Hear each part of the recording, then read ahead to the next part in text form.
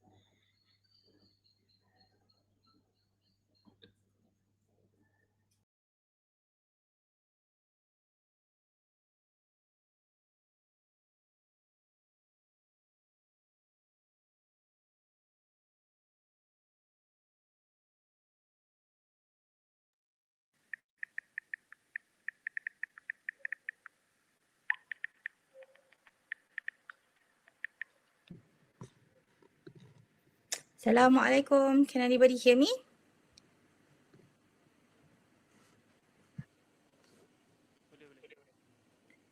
Okay.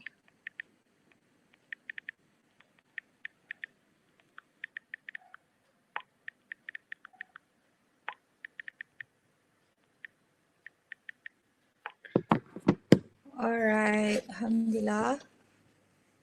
Okay, so far ada four attendees dulu. So I might just wait for a bit more, like a few more minutes before we start.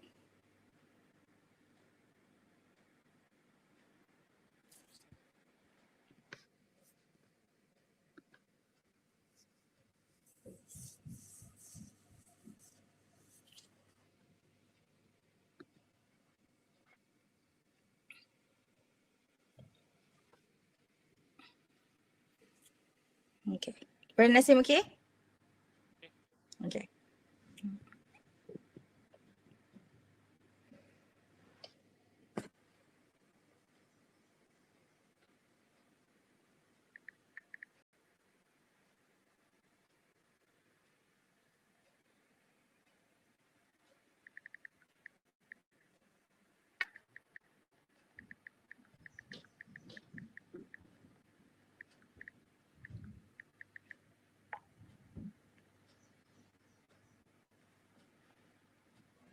Disebabkan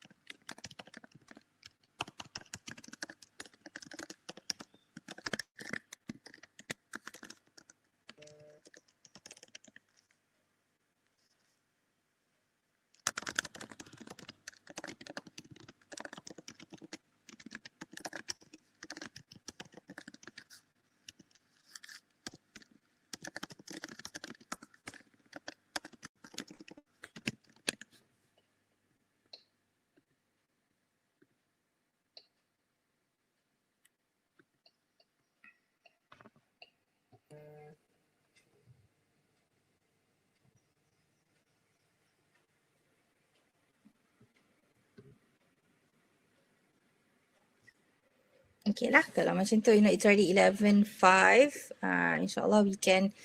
I think there's only 4 attendees at this stage. Whether Nasim, do you want to wait a bit more or do you want to start ahead? Not sure who else will come, but maybe Okay, alright. Bagi peluang untuk orang lain masuk dulu lah sebelum apa-apa pun.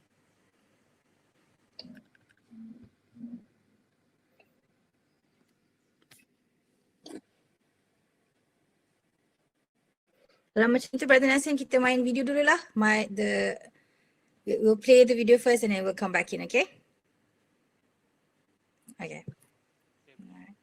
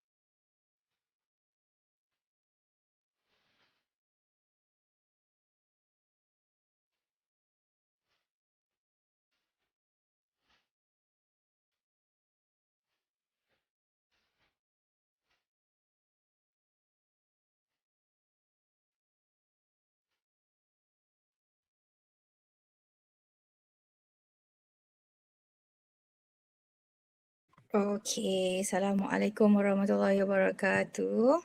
Can everybody hear me okay? I hope it's still okay. Brother Nasim can hear me fine? Okay, alright. So Alhamdulillah.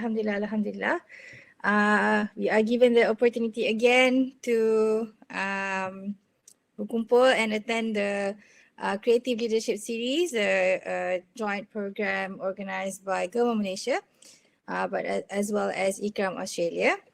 Alhamdulillah, today we are glad and we are blessed with the appearance of Brother Nasim Ralim with his presentation, Why Leaders Hesitate to Innovate. So a bit of background about Brother Nasim. He is 30 years old and he currently works as an executive geophysicist exploration at Petronas. He graduated with a Bachelor of Technology with honors for Petroleum Geoscience UTP.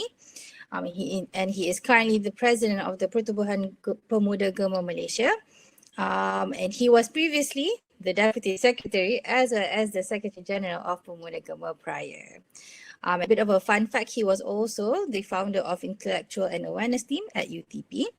I think one of his most recent and most notable contributions in the organization was that he was the director of the team building National GEMA in 2018 and 2019, and he was the advisor for the Carnival Sukan National GEMA this year. But also he accomplished to open 2 new branches of Pemuda GEMA in Kelantan last year and Perlis this year.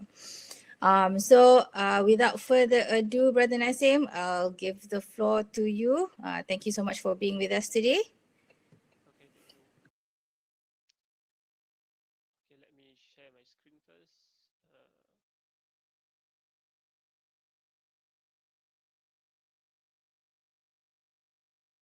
Nasim, can you try and speak again?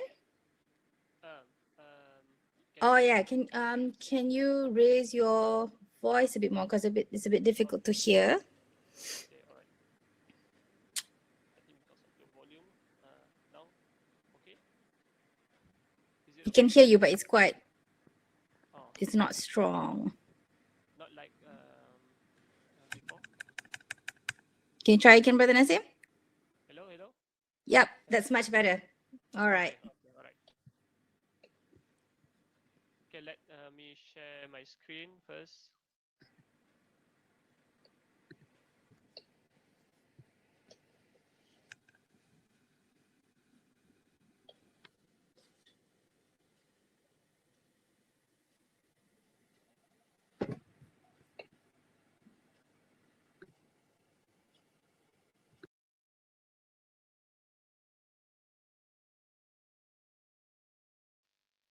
Hello, hello.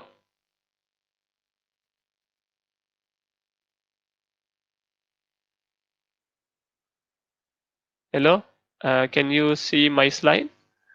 Yes, I can see your slides. Okay, okay, okay. All right. Yeah. Because when I open the slide, I cannot see the chat. So if I ask, maybe yeah, you need to maybe later you need to respond. Okay. Okay. And answer. Okay. All right. Okay. We can start now. But all right.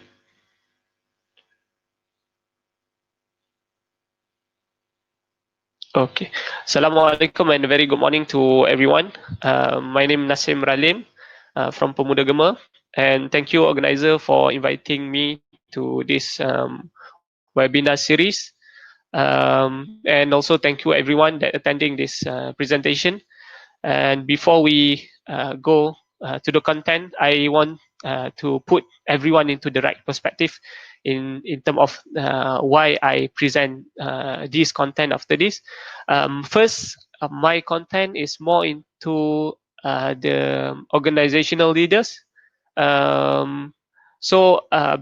Because I want to put this for you to take the take home message and to bring to your organization. So I hope the audience here mostly relates to any organization, any NGO, and maybe not leaders for today, but leaders for tomorrow.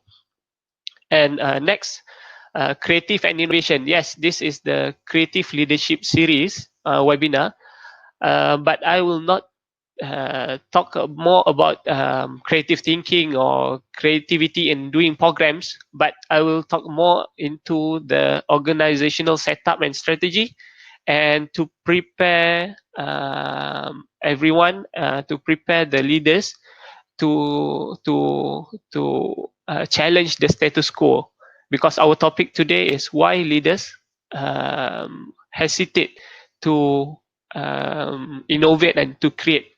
So we will look into from the big view, the big picture of organization. And is it a best practice? So I can say that this is just a sharing session from us, from me, from our experience, and it's not an academic research practice. So maybe still have room for improvement, but I'll share and we can discuss in the chat session after the presentation. Okay, I think you already have been introduced by our MC just now. My name is Nasim Ralim, 30 years old, and working with Petronas. Last time studying in UTP for Petroleum Geoscience, and my experience with Pemuda GEMA starting at in 2009, 2015 as Deputy Secretary General, and then become Secretary General before now elected as a President of Pemuda GEMA. And now moving on to our core topic for today: why leaders hesitate to innovate and create. And I found one interesting article that can easily tell us why. So there is 5 reasons leaders are afraid to challenge the status quo. Why leaders afraid to challenge this status quo, by Glenn Lopez. First, because they are unwilling to turn the spotlight of accountability on themselves. It means that when we talk about accountability, we always heard about the consensus decision of a group. But from my experience and from my training in HSE, Health, Safety and Environment, consensus decision is not always a good thing, because it will lower down the accountability weightage.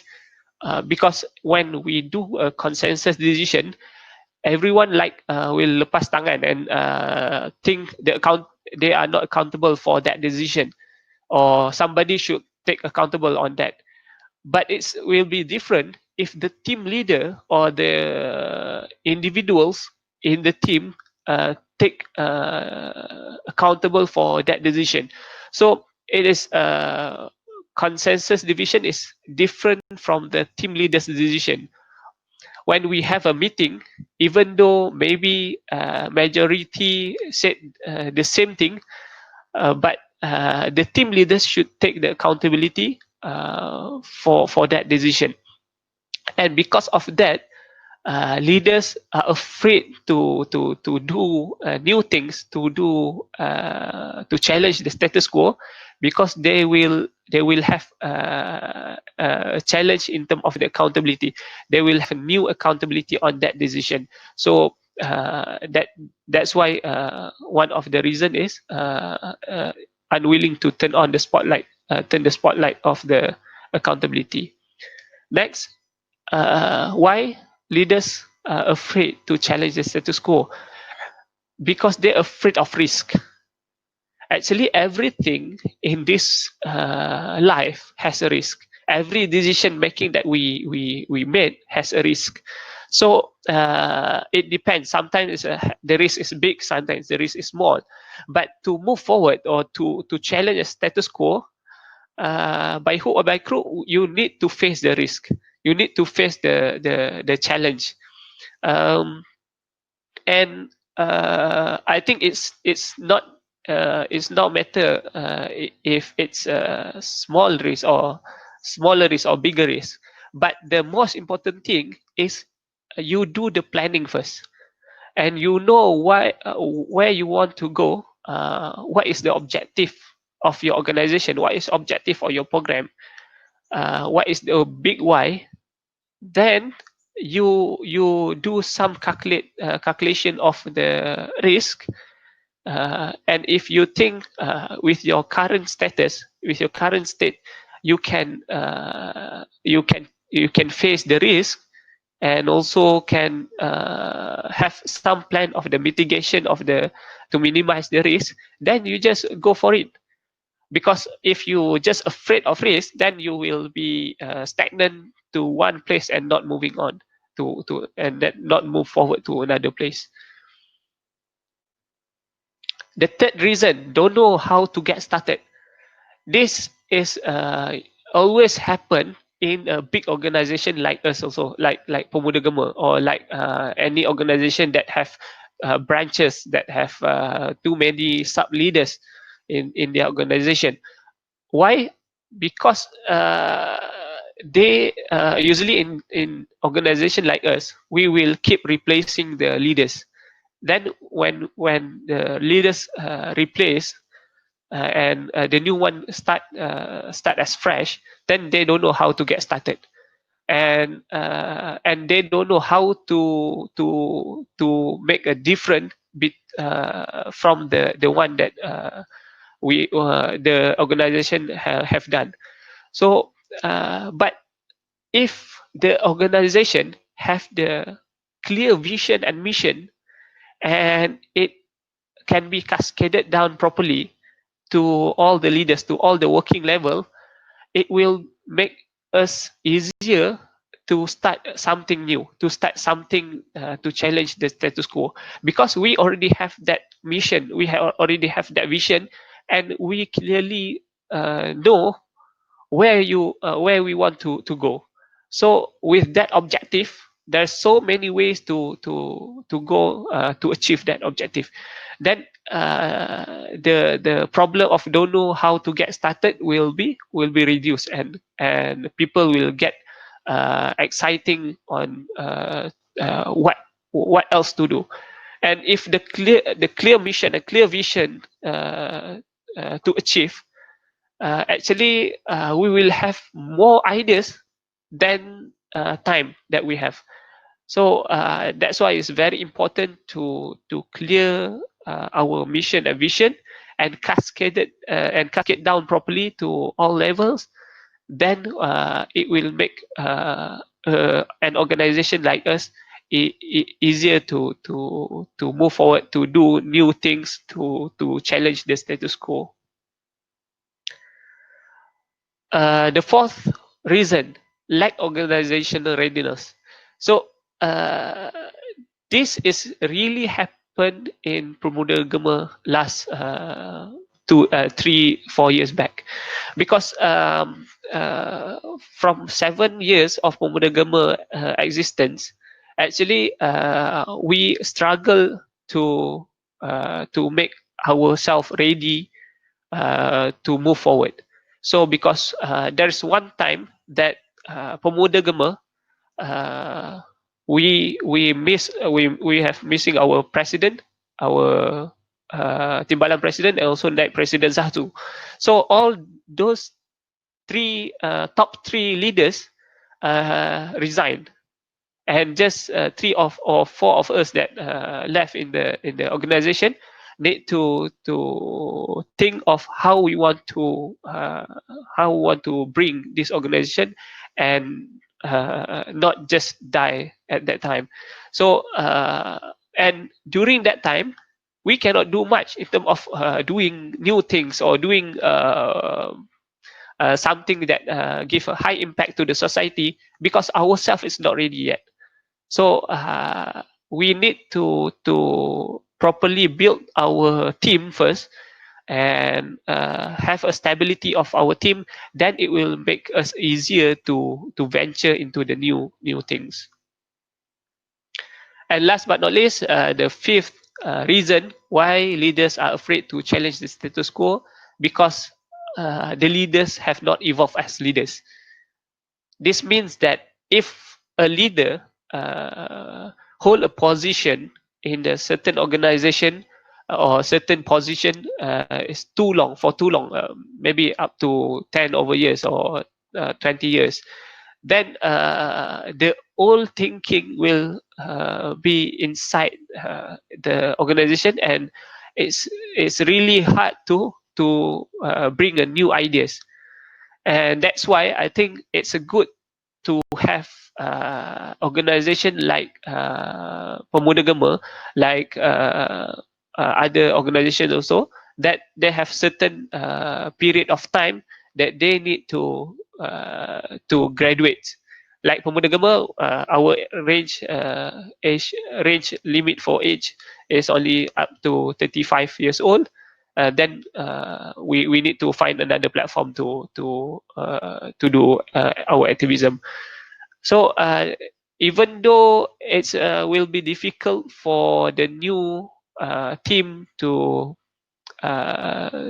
bring or uh, bring the organization after being replaced, but then it will keep get the new idea and fresh idea and keep the organization dynamic. Okay, before we go to next agenda, which is 5 tips to challenge the status quo, I would like to show you one video. Actually, I will bring you a next presenter. I import one presenter just to have a sharing session here. Okay. Oops. Cannot. Okay, I need to turn off first.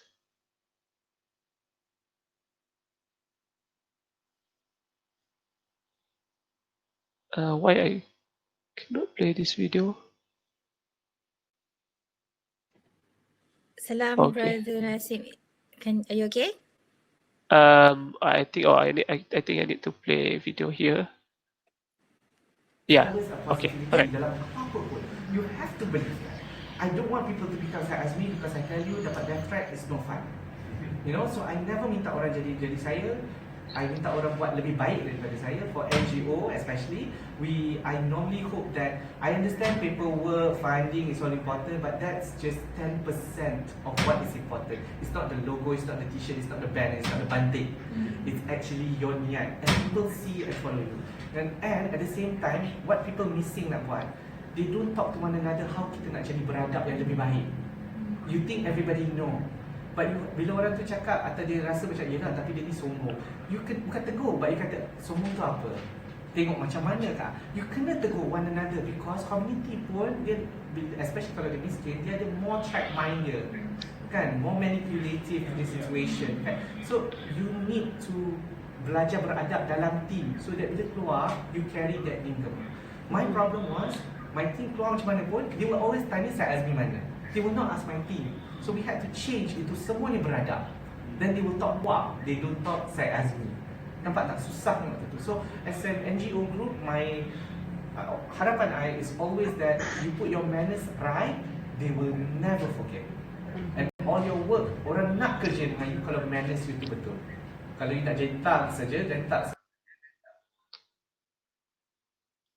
Okay, thank you, Syed Azmi, for your insight. Okay, I need to share my screen.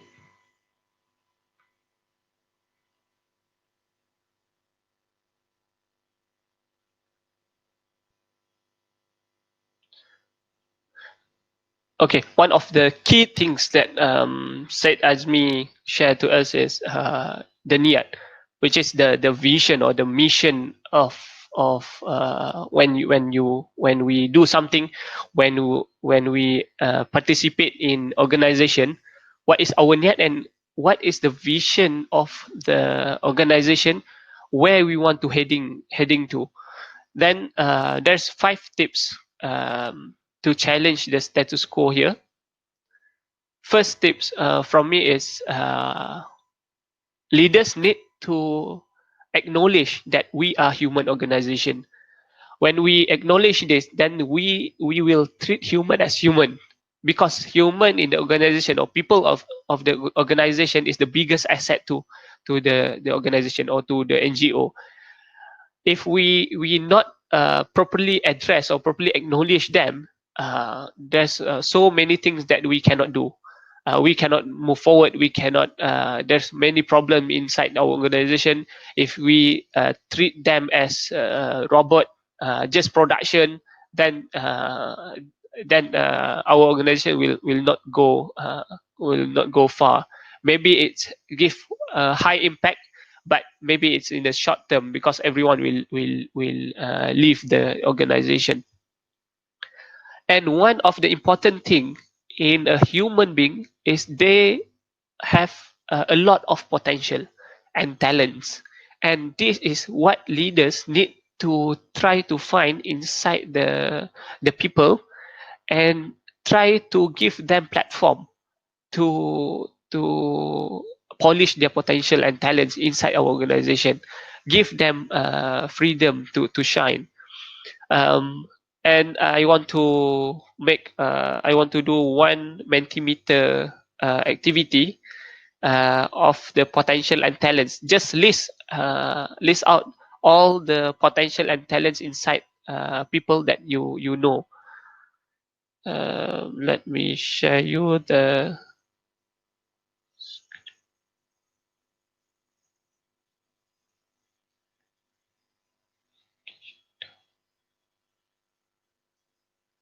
Okay, just go to menti.com and use the code 598033.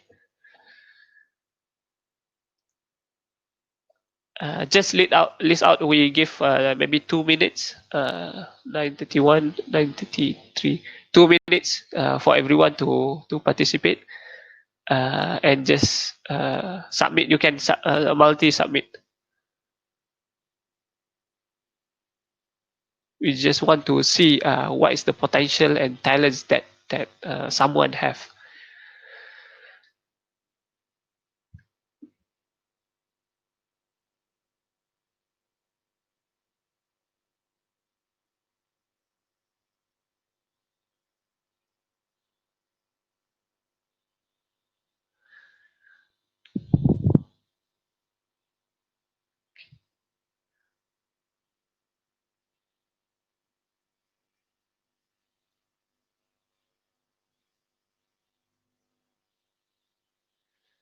Okay, boleh share. Okay, dah ada. Self-sacrificing. Okay, good intention at heart. Persistent. Yep. What else? The potential that we have. Even an introvert person actually have so many potential in that. Yep.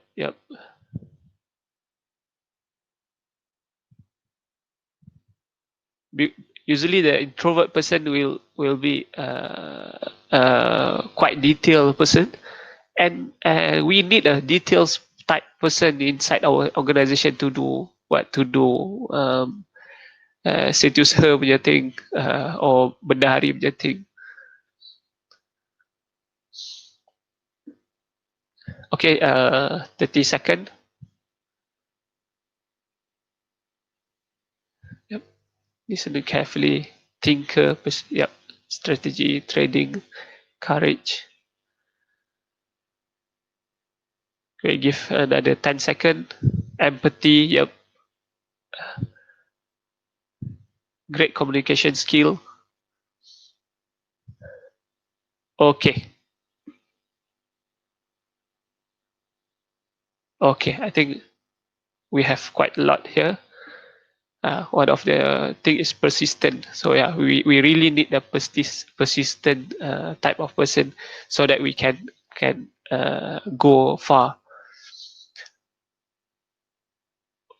Okay, thank you. We move on to our slide again. Thank you everyone for participating.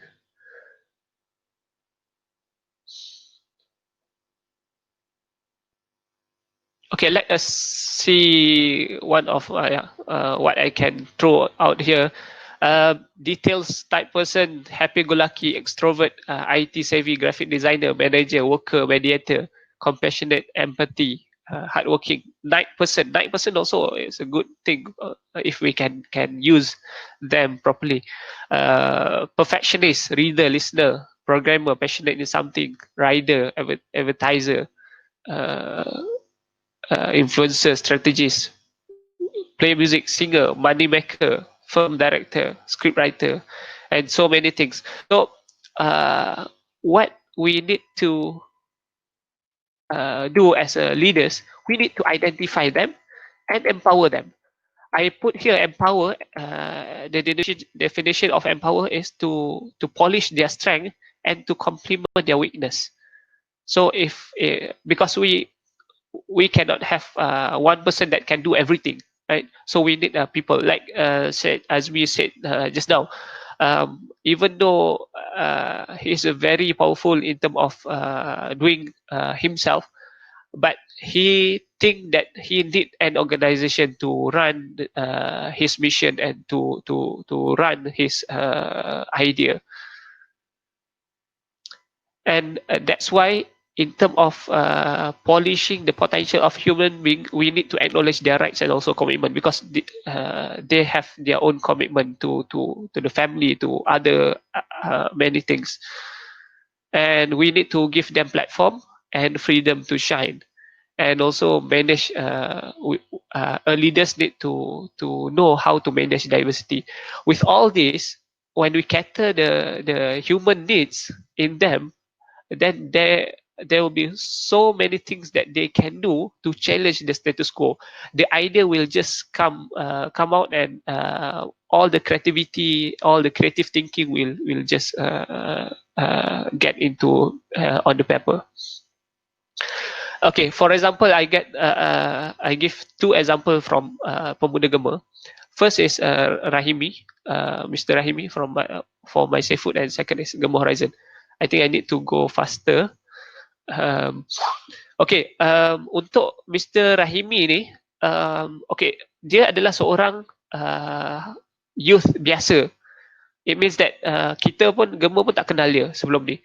But apa yang dia buat is dia sangat nak untuk selamatkan makanan dekat bazar Ramadan yang banyak berlebih. Tapi waktu tu dia baru dibuang kerja 2016. Waktu tu juga anak dia warded because of cancer. Dia punya wife ambil unpaid leave untuk jaga anak dia dekat hospital.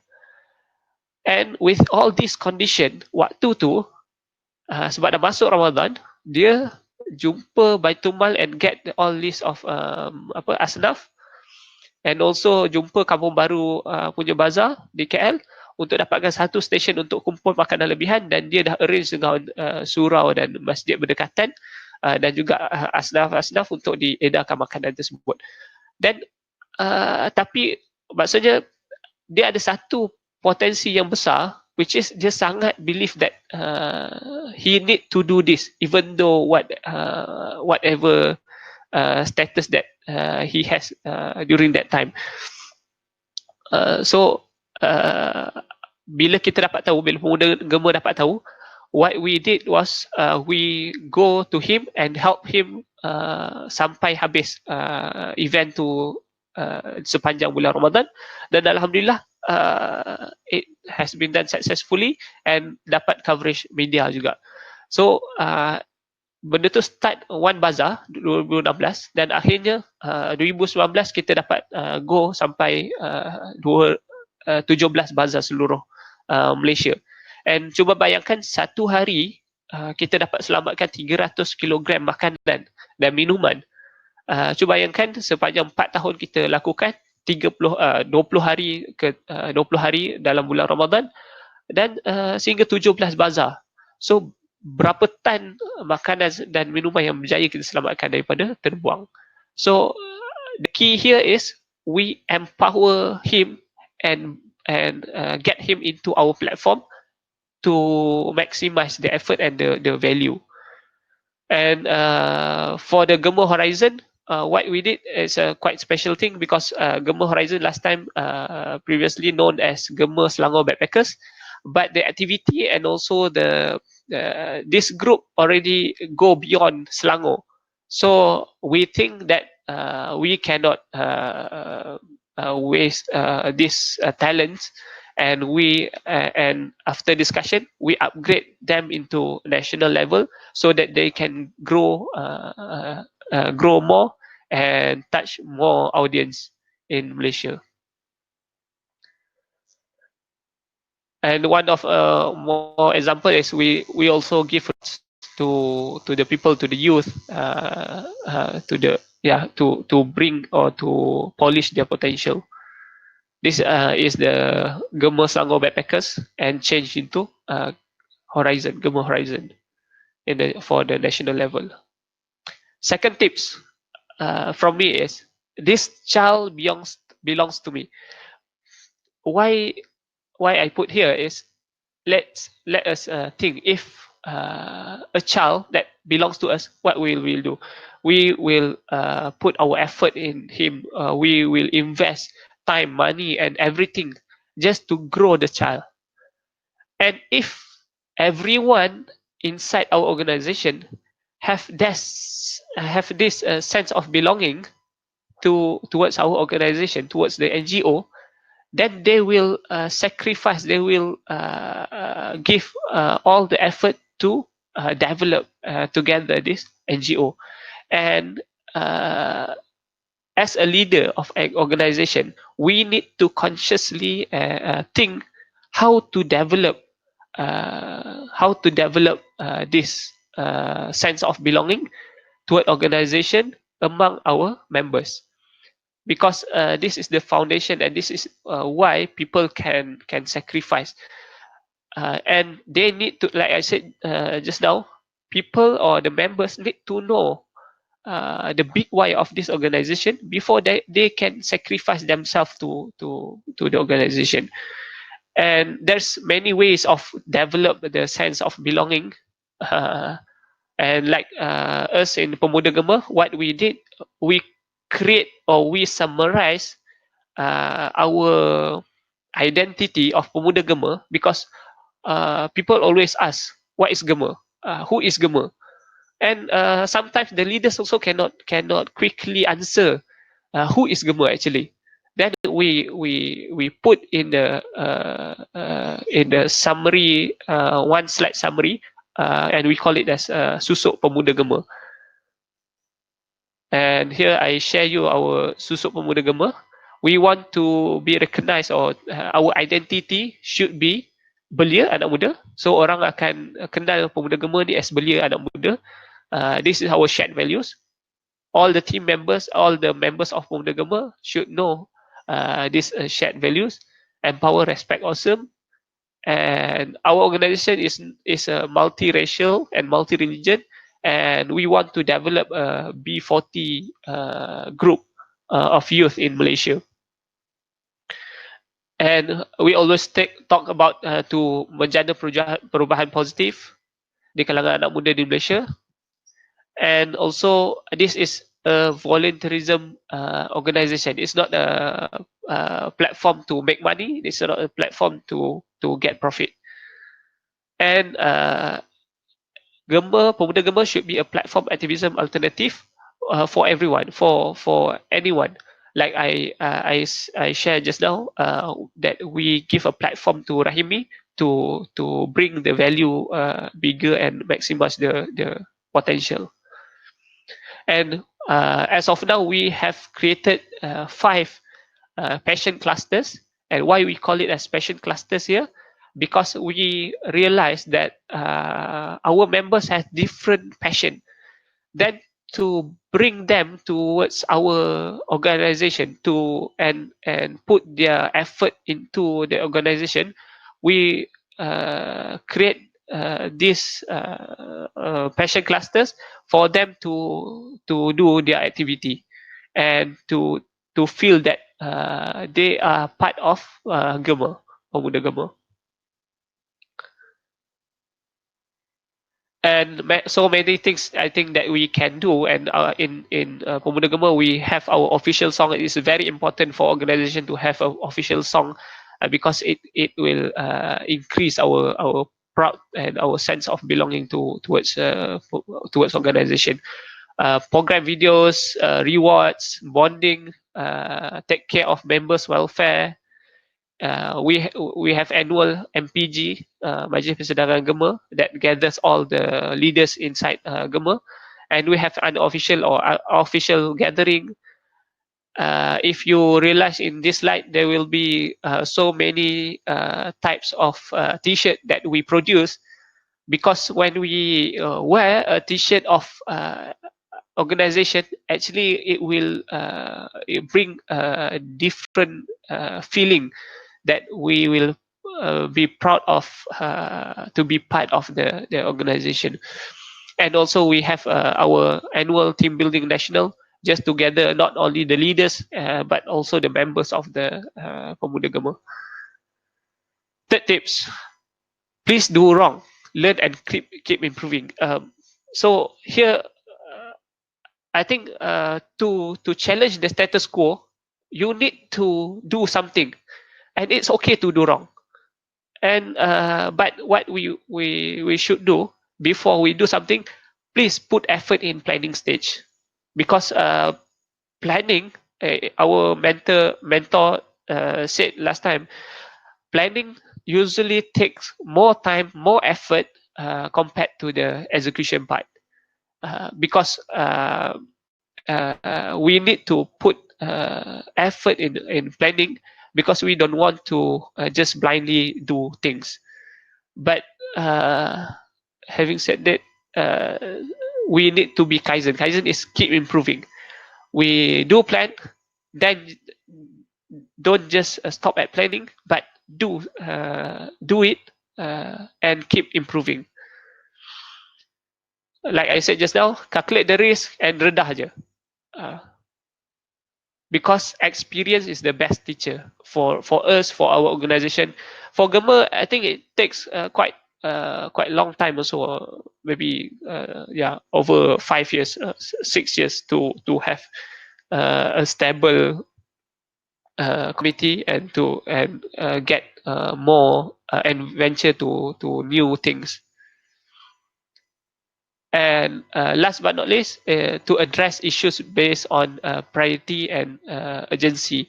Like I shared just now, the history of Pemuda GEMA when when the president, Timbala President, that President Satu resigned. So during that time, we need to address that issue because that's the urgency and the priority during that time. So we cannot talk more about the new ventures thing. And in Pemuda GEMA, we have so many things that we have done. Gemakan Suaramu campaign, My Safe Food, like I shared before, posters, blogging. For Gemakan Suaramu, I think last time Miss Amira already share that we want to bring the youth power or youth suara untuk apa ni? Bagi perubahan positif dalam negara. Here is this is Rahimi, the founder of My Safe Food actually, and Alhamdulillah it got so many coverage in the media also. And this one of the poster that we viral poster that we produce, just because we change Melayu and Cina. So yang Melayu tak pakai tudung, yang Cina pakai tudung, and then everyone talks about that. But our message is hentikan perkauman. So sometimes this creativity coming when we do something. We need to do something. Actually, we have so many posters, but why this posters viral? Because it has something different. But if we don't do it, if we just stagnant and don't do anything, then this idea will not come out. We did a blogging during Merdeka Day and also during Solidarity for Peace walk. We also have Spectra Musica with Aswara.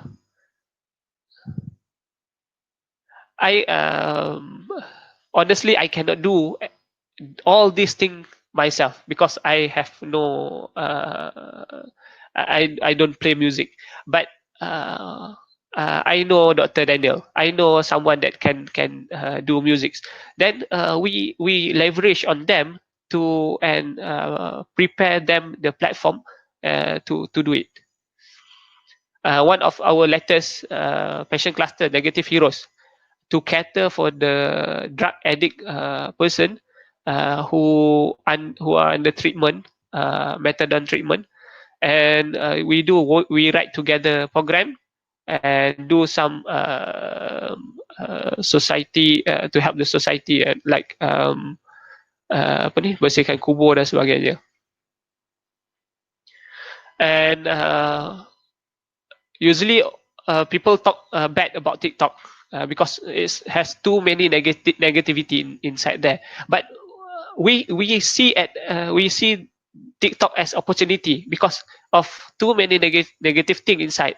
Then we need to bring more video of positive video. So and now we already reach 1,000 followers, and this one keep improving. And also we have direct contact with TikTok Malaysia also. If they have any positive campaign, we also will promote this TikTok. In this picture, if you can see, every VIPs here hold a plant, a small plant. This our new things that we do in Pemuda GEMA also, is we give VIP, or we give appreciation token using a plant, a small plant. Because we want to promote the green heroes also, the environment platform. Okay. Next, we move on to fourth tips. Invest to develop a good system and culture. We need to invest in time, money, and effort for long-term goal. We, as a leader, we need to think the long-term goal, and we need to slowly invest in that. And I think it's a bless for Pemuda GEMA because we, as a registered NGO, there's so many documentation that we need to submit to ROI, and because of that, it helps us and it forces us to be to have a good governance and to do proper resource management and so on. And here I said, who should make the call? This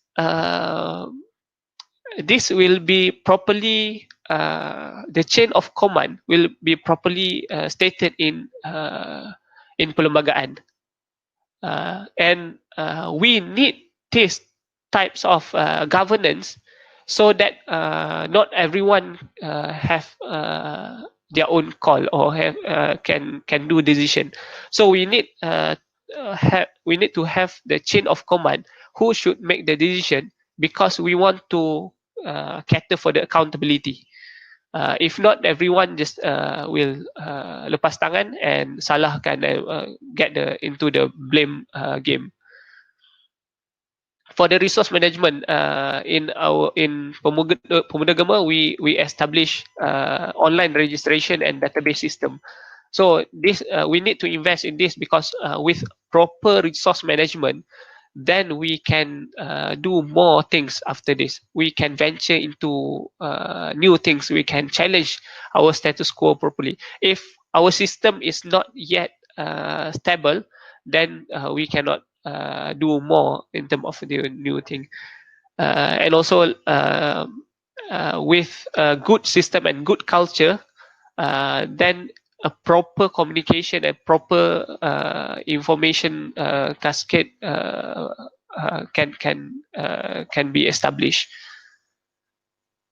Yeah, we have also our own SOP. We do cloud documentation. Few discussion, I think quite a few discussion with ROI, just to make sure we at par with other organization. And we do engagement with Jabatan Belia dan Sukan wilayah also, and this is our online database system. What time? Okay. Fifth tips: team and collaboration. This is very important if we want to challenge the status quo, because we cannot do ourselves. we need to have a team. We need to do collaboration, because with collaboration with other NGO, with other people, we can do more, and we can leverage our our our every single potential in other NGO also, and bring together and synergize the potential. So like I mentioned just now, also stated by Syed Azmi, NGO versus NGI, individual versus a team. So he also thinking of move to NGO, not doing himself. And find proven models. There's so many models of team. We can register as company, we can register under ROI, we can register under ROS. So we need to find a proven models and suit to us, because this will be once it's established, we hardly to change. But we still can change if it's we require changes in these models.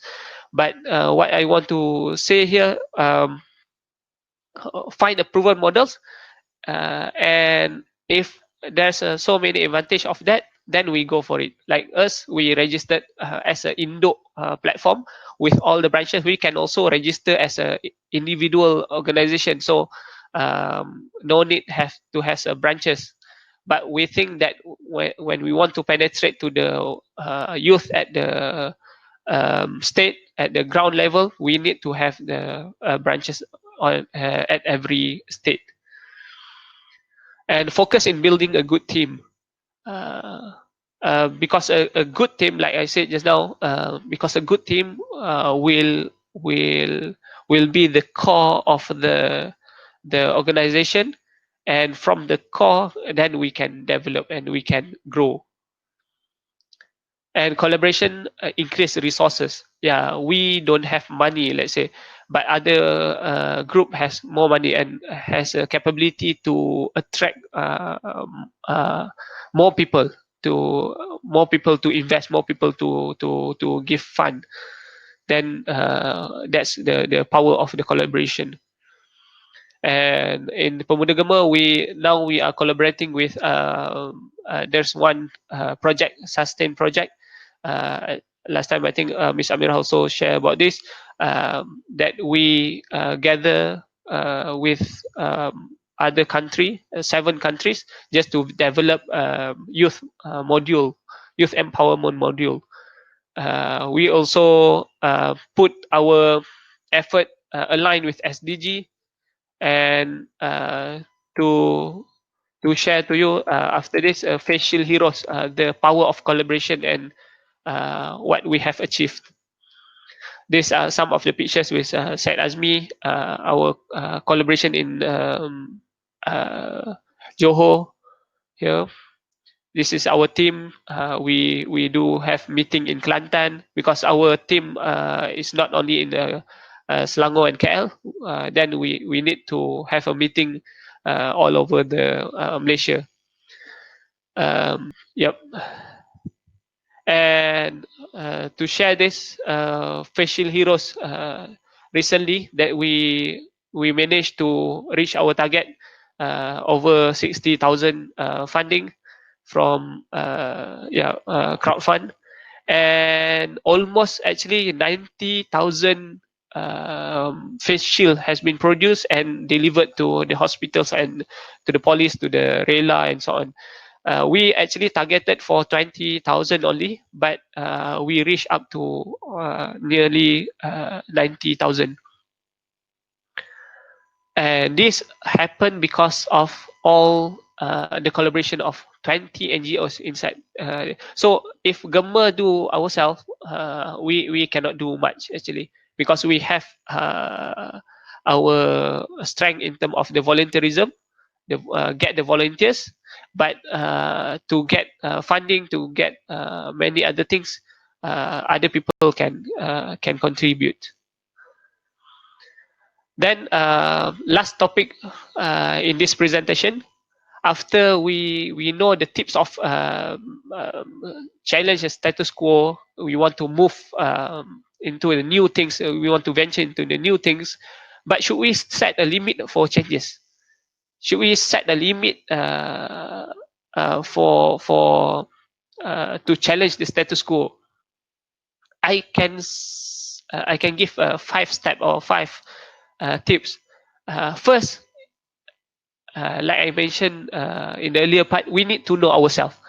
Do our SWOT analysis, know our strength, our weakness, the opportunity, the threat that we have. Then we can know how far we can go, how far we want to change ourselves, how far we want to challenge the status quo. Because not everything we need to challenge. We need to find a problem statement, clear problem statement, and be clear on our big why, where we want to achieve, and we need to set a goal and focus and be realistic. This set a goal and focus means that this year what you are going to do, next year what you are going to do. So you will not do everything in one go. Then you need to be realistic, know your strength, know your weakness. Then you can know how to limit the changes, and have a good governance will help you in terms of to verify, to at least to gauge how much your changes need to be done. Because without good governance, you don't have proper documentation, you don't know how to get funding, you don't know many things that you don't properly govern by yourself. Then you have so many uncertainties before you set a limit. And last but not least, feedback matters. As a leaders, you need to receive feedbacks from your members, and receive it without what don't limit yourself to the feedback. Whatever feedback that you get, just absorb and digest and put into your planning, put into your strength or your weakness analysis. And deciding not to decide is a decision, and it is better than not make any decision at all. So what I'm going to say here, as a leader, you need to make a decision. Don't just be stagnant and do nothing. No discussion, no planning, and your organization or our organization will die soon if we don't progress. Then we need to progress and not to be stagnant.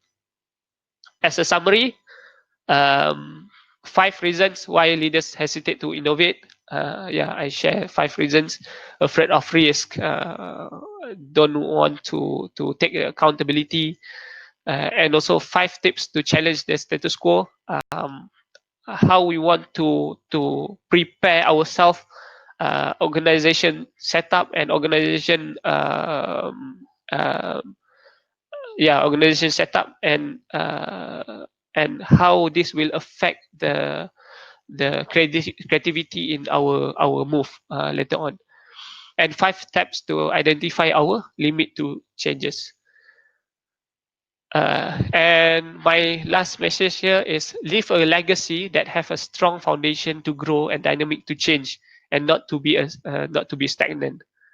Because we will not forever be in this organization, so we need to prepare a legacy that have a strong foundation, and that strong foundation is not just a stagnant foundation, but to grow and dynamic to change. With that, thank you. Yep. And I have one more Mentimeter before question and answers, just for your take home message. So you can think of what take home message that you have after this presentation.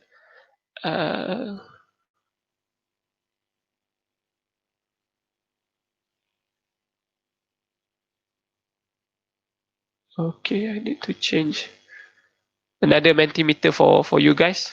just put anything that you think you can take home. Okay.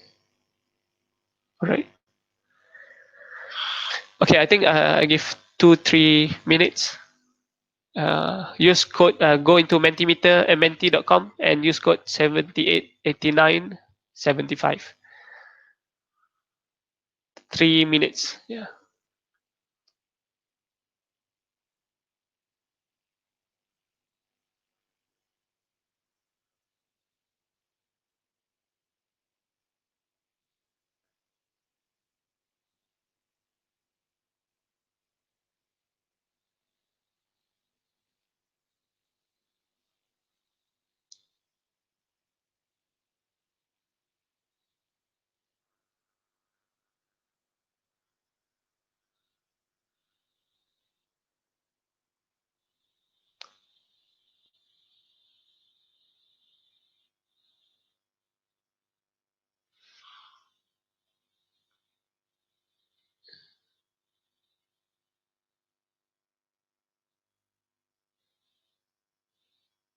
Can be the change. Clear vision. Manage diversity. Treat human as human. Berani, redah. Jangan malu. Leaders empower. Leaders lead.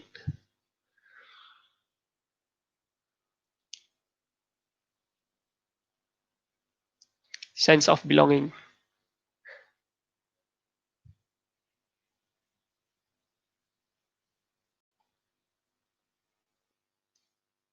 Create legacy. What else? Dare to change.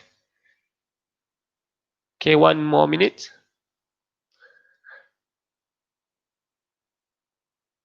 Don't let negativity bugs.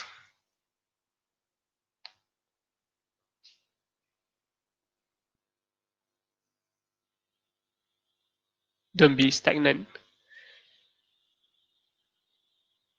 Worker second. Human first. Another 30 seconds.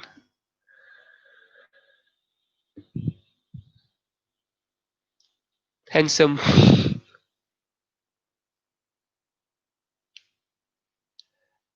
What else? Ingat Tuhan. Clear vision. Okay.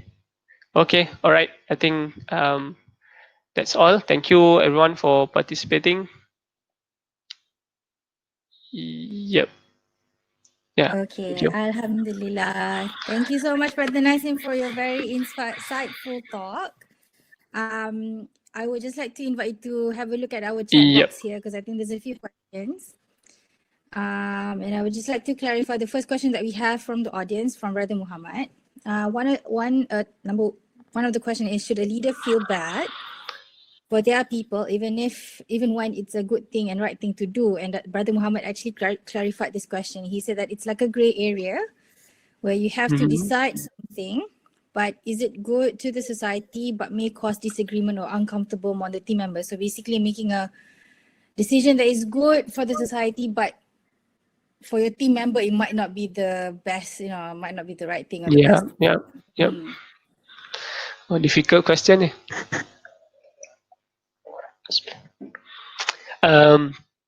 Macam mana nak jawab eh?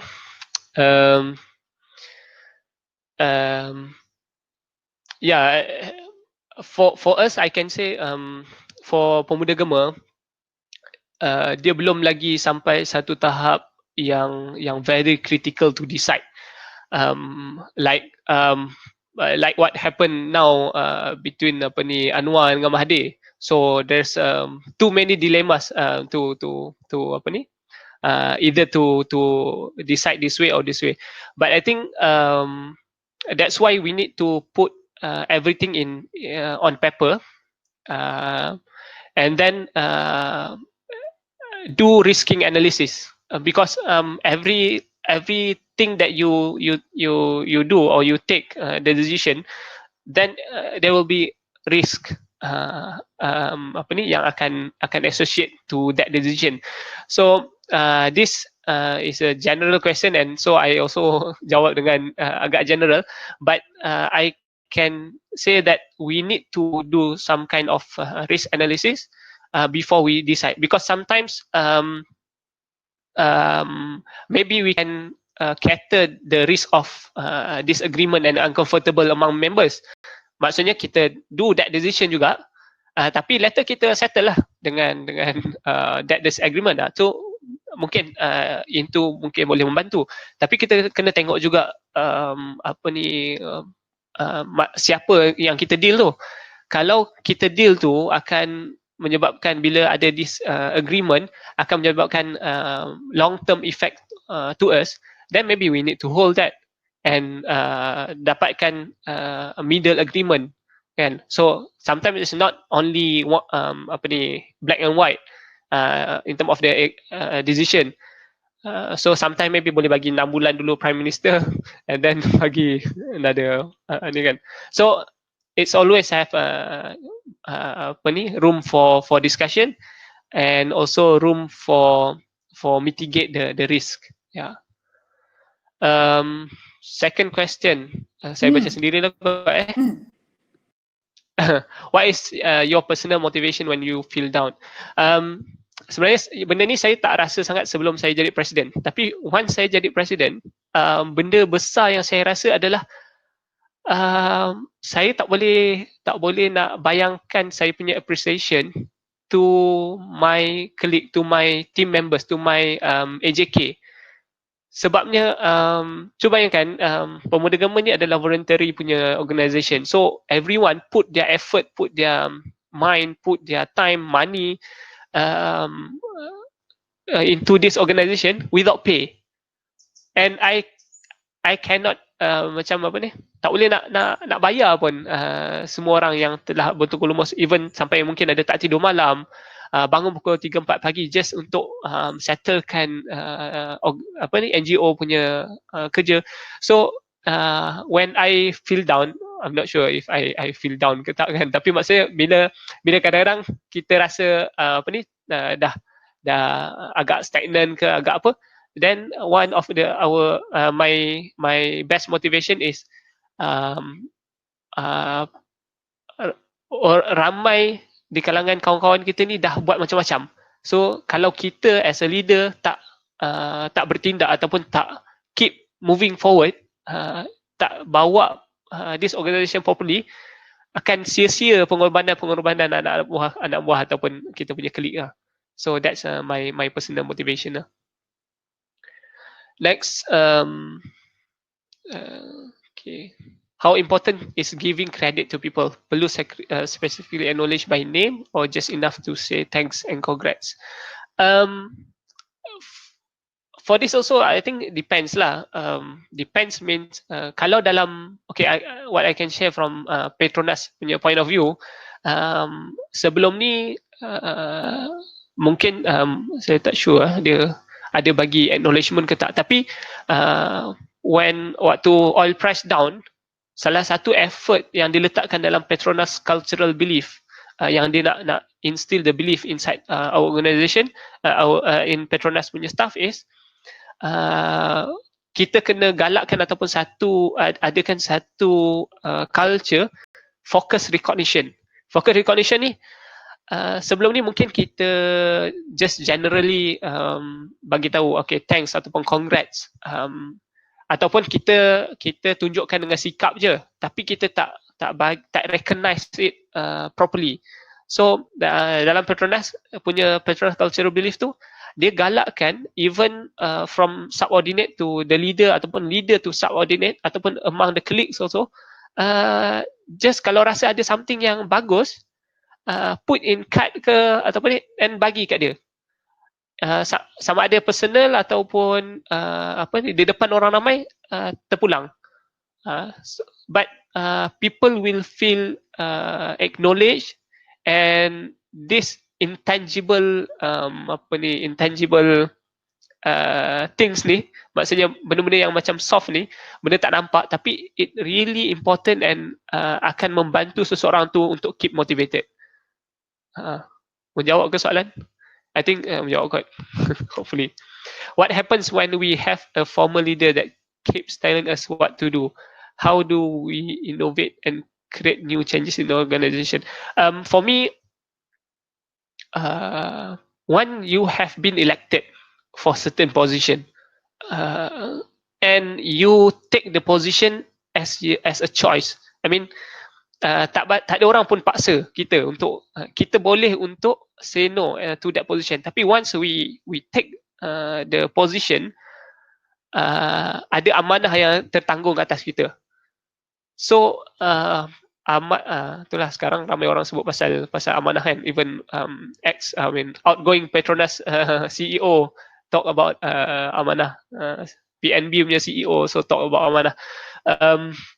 So dengan amanah yang kita ada tu, sebenarnya accountability to bring this organisation terletak dekat bahu kita ataupun terletak dekat bahu leader. Dia bukan dah terletak dekat bahu orang luar, luar daripada organisation. Kecuali kalau memang orang tu ataupun memang ada orang yang kita letakkan dalam kita punya organisation. Sebab kita akan responsible and accountable to the people in that organisation. Bukan orang tu ataupun bukan orang luar dah. Bukan tangan-tangan gaib yang di luar tu kan. So nanti yang akan accountable to any decision is us. People will question us. Then for me, once you have been elected, you have the right to say no to other people that not inside your organisation. Sebabnya that's also yang saya cakapkan tentang good governance in term of the chain of command. Need to be clear because kalau tak dia akan jadi haru biru. Saya bagi contoh macam bersatu contoh ni tu banyak sikit masuk politik ni, tapi saya bagi contoh macam bersatu. Ada pengurusi, ada presiden, ada ni. So kadang-kadang dia dah ada that chain of command. Tapi kalau benda-benda tu still ada grey area, akan berlaku konflik later. Contoh macam sekarang tiba-tiba bersatu ada berapa SUA, orang ni pecat orang ni pecat orang ni lah. SUA yang mana yang real pun kita tak tahu. So have a proper chain of command and have a proper good governance, and that will make our organisation better in long term. Hopefully jawab soalan. How firm can a leader be when making a decision supaya nampak democratic and not veto sangat? Dia macam adil lah. Adil kena adil dan dilihat adil. So sama juga I think a leader dia bukan setakat kena buat keputusan yang demokratik tapi dilihat demokratik lah. So how firm can a leader be?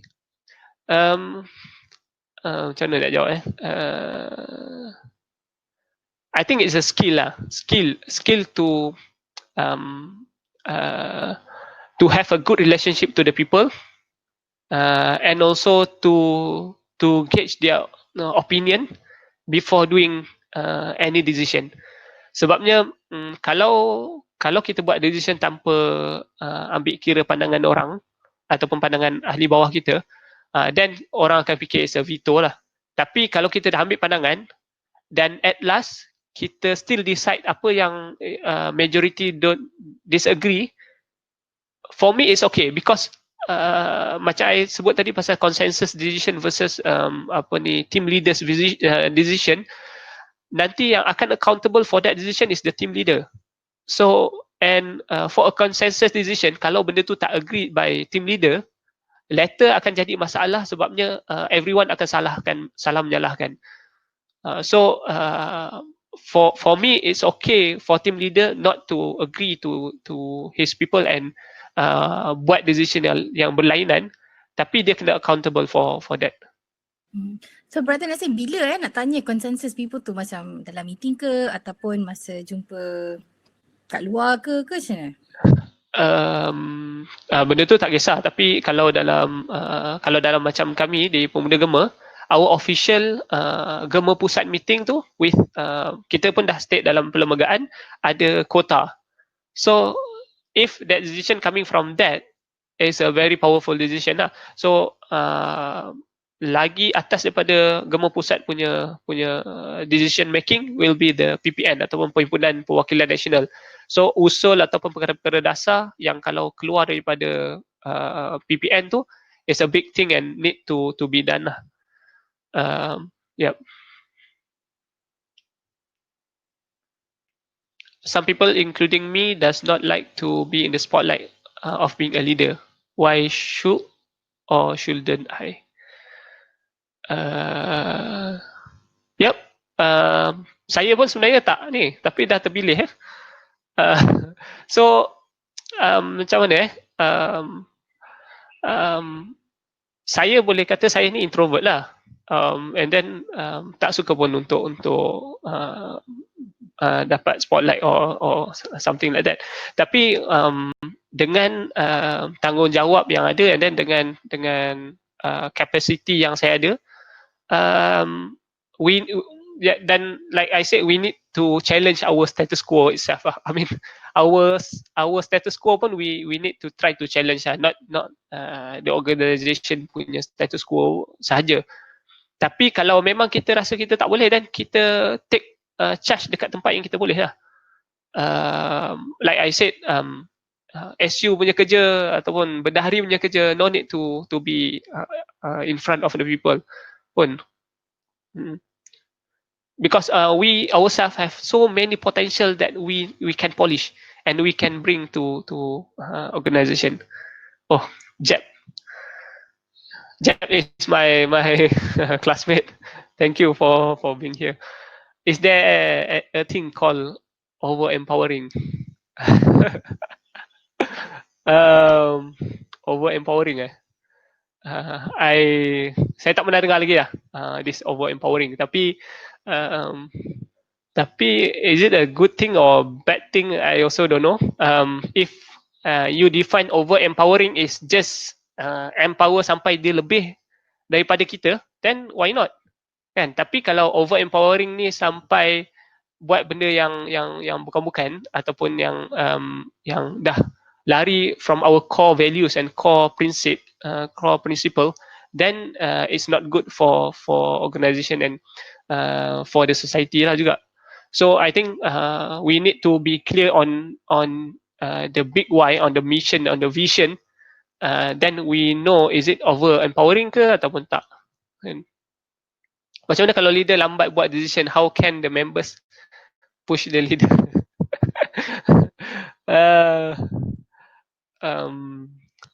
Okay. Salah satu daripada point saya awal tadi is we are human organisation. So kita takkan terlepas daripada ni, dan kita sendiri ada masa kita down, ada masa kita apa ni very semangat kan. So we can push and orang lain cara kita push. Mungkin ada sampai kalau sangat efektif kalau kita gunakan mak dia ke untuk push dia, dan kita gunakan mak dia. So kita tahu apa yang kita nak and then kita cuba gunakan apa saja cara yang relevan to him, to push him lah. Sebabnya dia pun manusia dan kita tahu dia pun mungkin banyak komitmen dan sebagainya. So we also need to appreciate atau acknowledge their right and their commitment.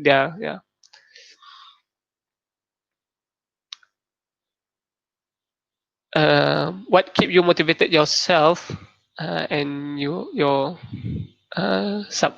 subordinate? Rasa macam dah jawab tadi. Itulah for me. Okay, I have been in Pemuda GEMA since 2015 I can say, and banyak jatuh bangun dia. Then tapi benda yang I think is very important is persistent. Even though kita buat something yang mungkin macam ni tak adalah besar sangat ke apa, tapi kita keep improving. Because last time ada je waktu-waktu yang bila semua orang dah resign, so apa lagi tinggal untuk kita, baik kita resign je and close the shop lah. Tapi takkan kita nak biarkan amanah ni kita apa ni tinggalkan ataupun just lepas tangan kan. So kita buat apa yang kita boleh waktu tu. Saya bagi contoh apa ni dalam Frozen 2, kalau siapa pernah tengok Frozen 2, there's just do the next right thing. When you feel down, when you just do the next right thing, so it will be always have the next right thing that you can do. Just do it. So tak perlu buat benda yang besar-besar. Ada benda yang simple, then you can start off, then you just start.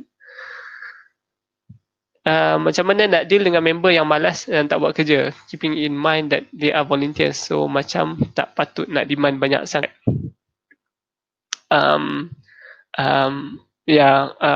Diorang volunteers dan diorang pun human, dan diorang bukan robot lah untuk kita paksa-paksa kan.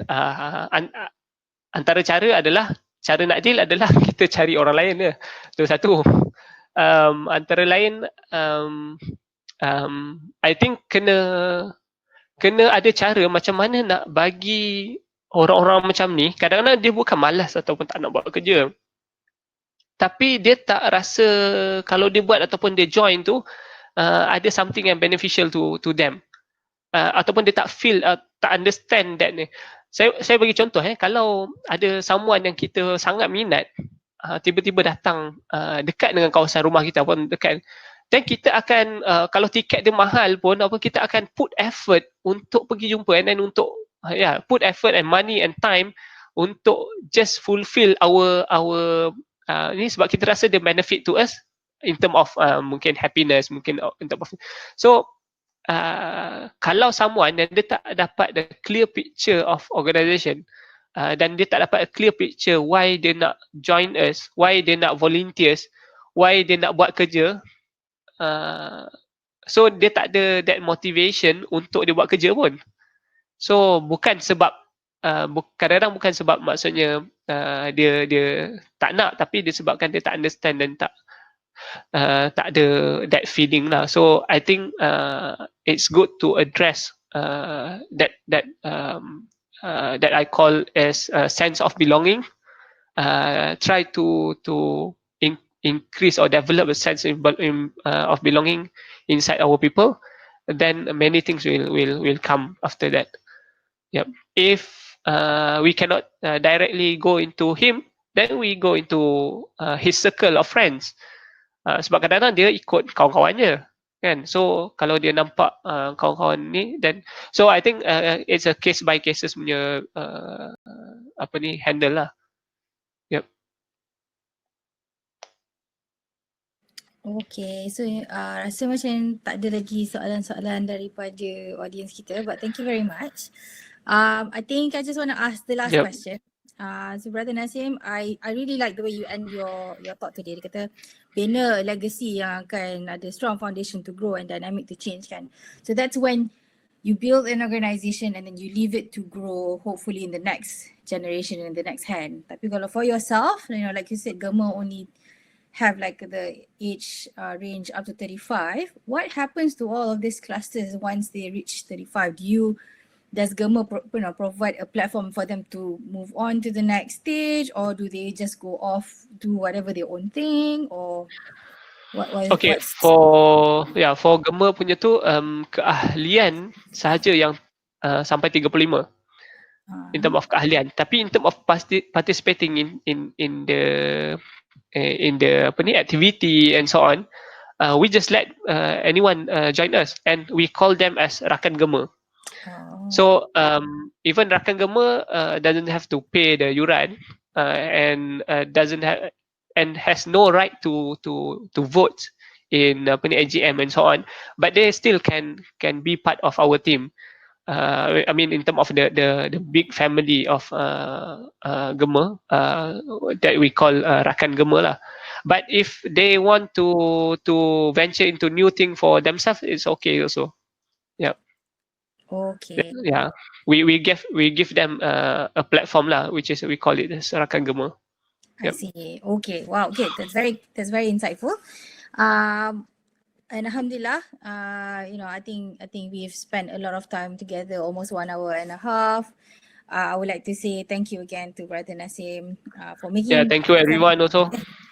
for making time this morning untuk bersama kita orang, and then to share a bit of how you as a leader do things, and then have this mindset and goal setting yang sepatutnya adalah di setiap grup pemuda, NGO ke NGI ke apa organisation. So hopefully in the future, if we can join venture again, that will be great. But otherwise we'll end it for now. And then we'll see you guys again in the next Creative Leadership Series on the 4th of July.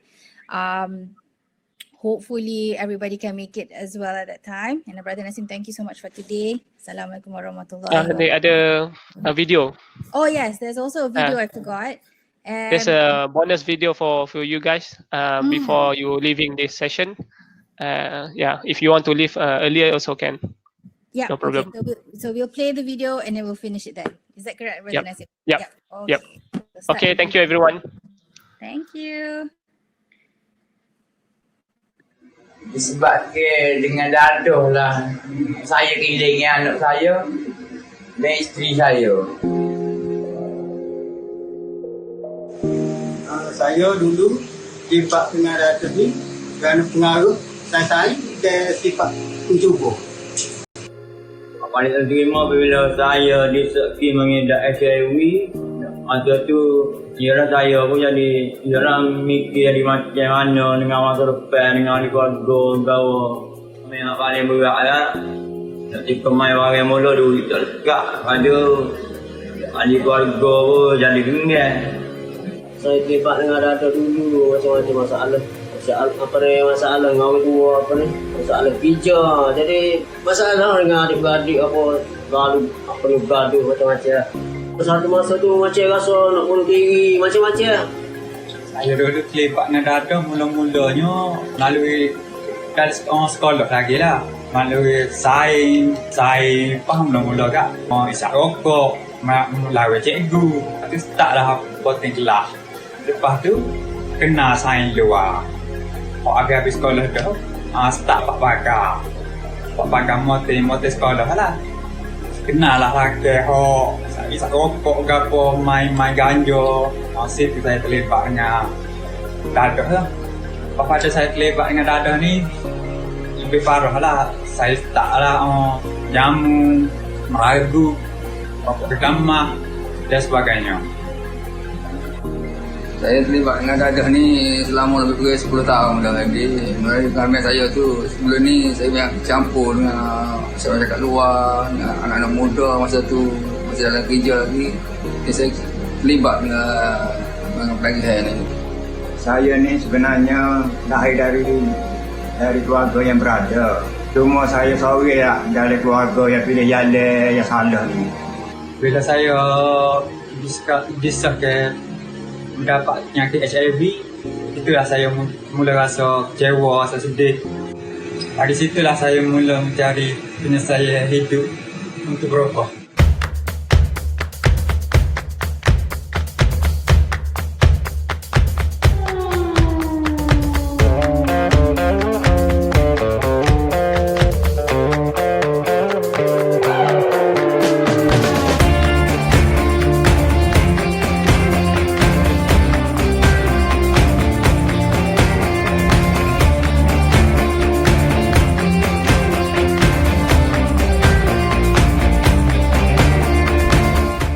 Antara sebab kenapa kami daripada Pemuda GEMA Kelantan laksanakan program We Ride Together ni adalah kami mahu mendidik masyarakat untuk menghapus stigma-stigma buruk terhadap bekas-bekas penagih dadah yang ingin berubah ke arah kehidupan yang lebih positif ini dengan menekankan konsep kesamarataan antara manusia. Selain itu, kami juga ingin merapatkan jurang persefahaman antara masyarakat luar dengan pesakit rawatan terapi metadon ini serta bekas-bekas penagih dadah yang telah mendapatkan rawatan di fasiliti-fasiliti kerajaan terutamanya.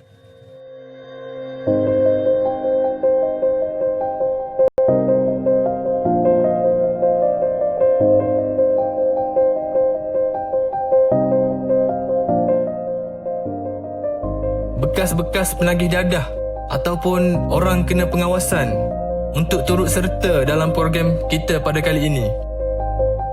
Ini kerana kita mahu pengalaman-pengalaman hitam yang ada, yang mereka alami sebelum ini dapat dijadikan iktibar dan tauladan kepada generasi-generasi muda terutamanya, supaya mereka tidak turut terlibat dalam kancah penyalahgunaan dadah.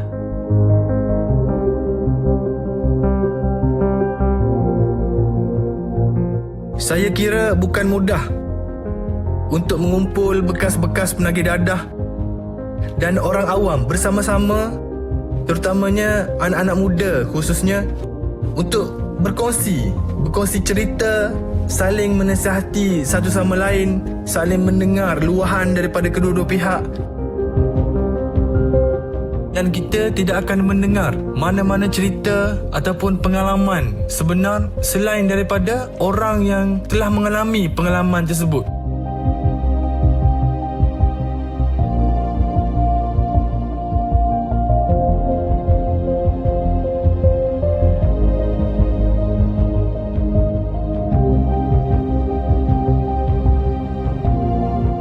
Tidak mahu jadikan pengalaman yang berharga pada diri mereka ini, iaitu pada bekas-bekas penagih dadah ini, pengalaman yang mereka lalui, pengalaman hitam, pengalaman pahit yang mereka lalui ini terkubur begitu sahaja tanpa dapat memberi manfaat kepada insan-insan yang lain. Selain itu, kami ingin anak-anak muda ini mendengar sendiri daripada mulut bekas-bekas penagih dadah ini, supaya mereka dapat mengambil iktibar secara langsung, dan diharapkan kesan yang dapat diterima oleh mereka ini dapat memberi impak besar kepada diri mereka, sehingga ianya dapat dikongsi dan disebarkan kepada masyarakat di luar sana akan bahayanya penyalahgunaan najis dadah ini. Bila saya start masuk program metadon dengan adanya Ikuti together ni, banyak diri saya telah berubah hidup saya. Saya rasa diri saya ni telah dihargai dah. Jadi saya start rasa diri saya ni untuk nak bekerja, untuk nak ada tanggungjawab untuk diri saya. Lihat dunia ni ada sisi yang lain. Lebih baik dari saya ternampak selama ni. Ini hidup saya jadi sempurna dan teratur. Tidak seperti dulu. Duit pun jadi lekat, jadi kerja pun, jadi kerja pun, jadi masa tu jadi tepat sama. Saya dengan tamu sekali dengan keluarga rapat. Demi rapat, lepas tu dengan kampung tu, alhamdulillah, lepas tu tak ada masalah tu. Kalau dulu tak, kalau duit ada sebelumnya, susah dah nak ngejah. Dan dia ada kerja boleh makan duit juga. Kali ni saya tak rasa lagi disisih dari masyarakat. Kali ni saya boleh gaul dengan orang saya tak kenal. Jadi ni boleh kongsi masalah macam-macam, boleh kenal dengan orang sebelum ni kita tak kenal. Itu pun rasa lebih selesa. Mula bekerja, masyarakat pun mula boleh menerima saya, keluarga apa boleh menerima. So ingin daripada kawan-kawan mengikuti program yang ada pun jadi membuat saya jadi lebih bersemangat untuk mengubah kehidupan saya dan diri saya. Sekarang ni saya rasa saya ni super macam orang yang biasa je. Masuk dengan masyarakat luar, buat saya ni rasa tak sedar dalam kehidupan yang lalu. Dengan program-program macam ni lah yang boleh menguatkan semangat diri saya lah untuk berubah. Dengan keluarga pun okey dah, dengan adik-beradik, anak bini pun okey dah, alhamdulillah dah lah ni sekarang. So you right tak? Right together ni. Alhamdulillah bakar dah. Kalau nak kira dengan mewah sekalipun, dengan saya biasa ada duit banyak sekalipun dulu, dengan sekarang ni walaupun saya tak ada duit sekalipun, maknanya saya rasa lebih suka hidup saya sekarang. Maknanya saya rasa hidup saya sekarang ni dihargai. Alhamdulillah sekarang sama ni 10 tahun dah saya dah bekerja dadah hingga sekarang ni. Ditambahkan lagi dengan program-program Right Together bersama kesihatan, saya boleh berhenti lah.